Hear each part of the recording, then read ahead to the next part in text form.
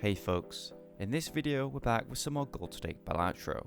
Here, an early AAA gave the run some potential, but it all came crashing down when that stupid plant boss blind came in, completely countering the build I was going for, making me quit the run and go cry in a corner.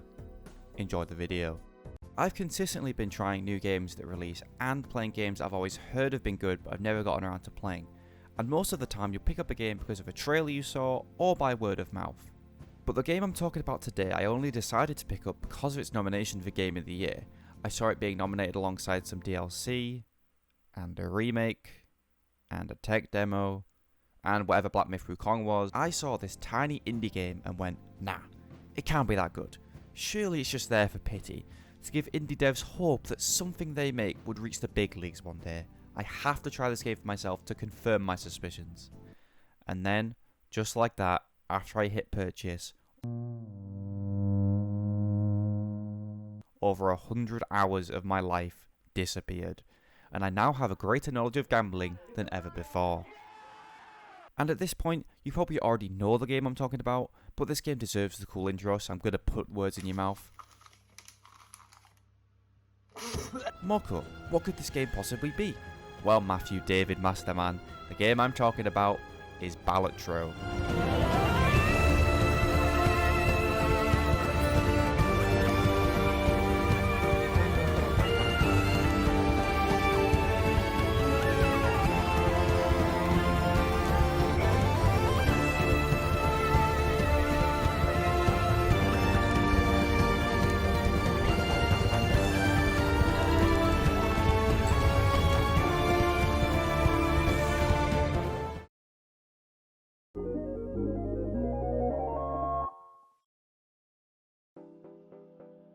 Balatro is a poker-themed roguelike deck-building game made by Local Funk that released in 2024 and took the world by storm with its easy-to-understand gameplay. For those of you that haven't played Balatro, it has a very simple concept. You need to beat each blind via scoring chips, which you can do by playing poker hands.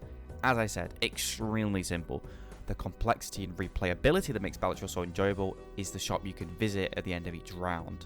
So the original explanation I wrote for the shop felt way too long and boring, and it's 2025. People are more attention deficit than ever before, so I need to make this quick. So, throw up the Subway surfers.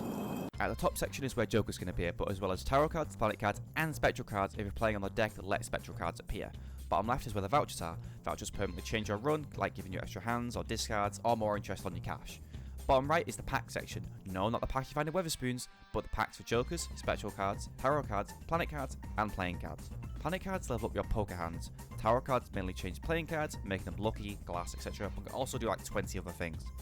Spectral cards are like tarot cards but better. Some offer you a positive upside, like making a Joker negative, but also decreasing your hand size, which means Balatro is actually an immersive sim, and Balatro 2 takes place in 2027. I think that's as quick as I could explain the shop. If I wanted to add more details, we'd probably be here all day.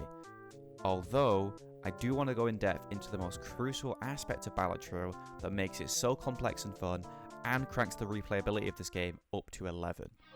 The Jokers.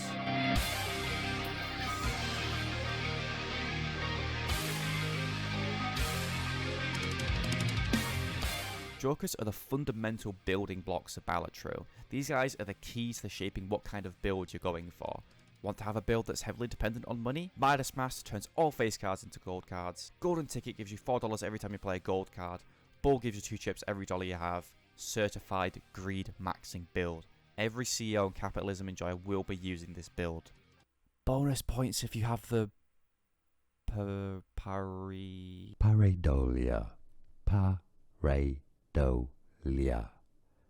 That makes all cards count as face cards, meaning you can get an entire deck of gold cards.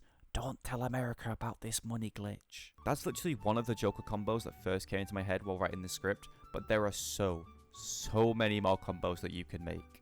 But real ones know that the greatest, most enjoyable build is the photograph and hanging Chad combo. Pair that up with a sock and buskin and we are heading for endless, baby. Any disagreements in the comments will be blocked, reported, and I will personally find you. But the reason that I wanted to make this video, other than how well made the game is on its surface, is the more you play Balatro, the more you realise how tightly knit all the mechanics are. and how it feels like nearly every single aspect of this game was made while considering how it could play off other already existing features. Beautifully handcrafted that pretty much if you think something should work within the game's confines, there's a 95% chance that it will actually work. A great example of this is arguably the best Joker in the game, the Blueprint. Blueprint by itself does literally nothing, but its ability, which is being able to copy any Joker to the right of it, makes it an absolute godsend when you encounter it in any run. The feeling of getting a Blueprint is unmatched, but an even better feeling is getting a Blueprint from the Judgment Tarot card, which creates a random Joker, which is about a 1 in 100 chance.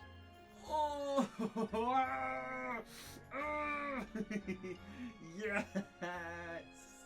That was my honest reaction to getting a Blueprint. I think I might have a problem. Blueprint can not only copy the best card you have, but can also be moved around to copy any Jokers you have. In this natural run that I definitely didn't cheat in, I have a Blueprint, a Cartomancer which creates a tarot card when a blind is selected, and a photograph which gives ×2 emote to the first played face card when scored. The banana's just there for fun. Before the round starts, I move the Cartomancer towards the Blueprint and select the blind. This means the Blueprint will copy the Cartomancer, giving me 2 tarot cards instead of just 1. Then I find a flush because I like flushes too much, swap the photograph of the Cartomancer around, then play the hand.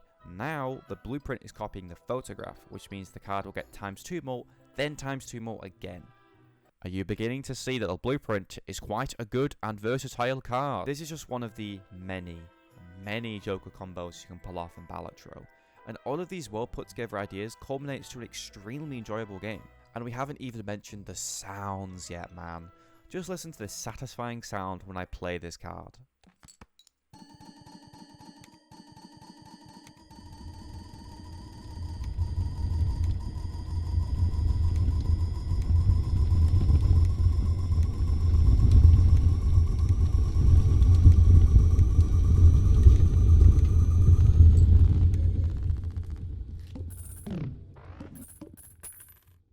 Now, after getting everyone up to speed on what this card game actually is, it's time to ask the question that many people have probably thought about.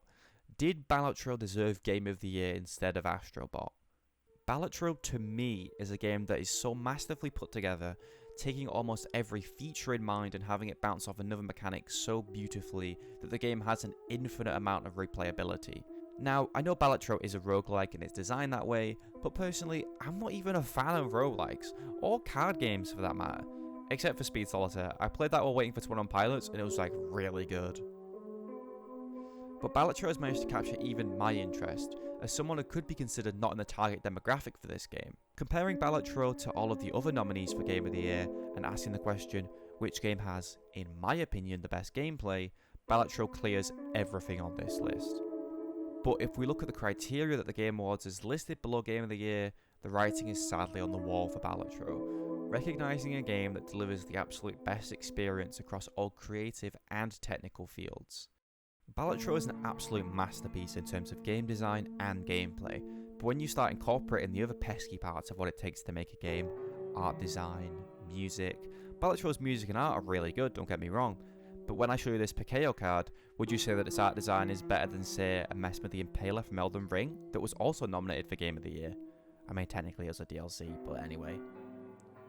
You can totally think that Balatro deserved Game of the Year. Do I think it deserved it?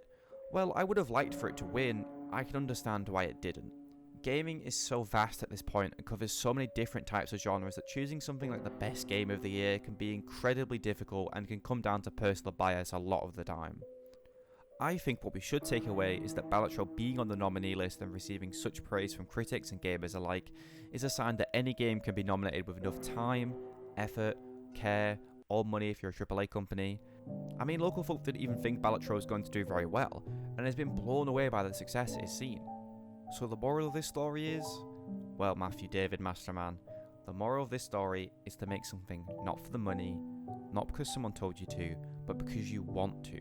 You want this thing to exist, and you make it because you're passionate about it. Balatro was made because the local folk thought the idea was cool, and that's more than enough reason. So to the people watching this video, make something you are passionate about, and who knows, it might even get spoken about in a video by me one day.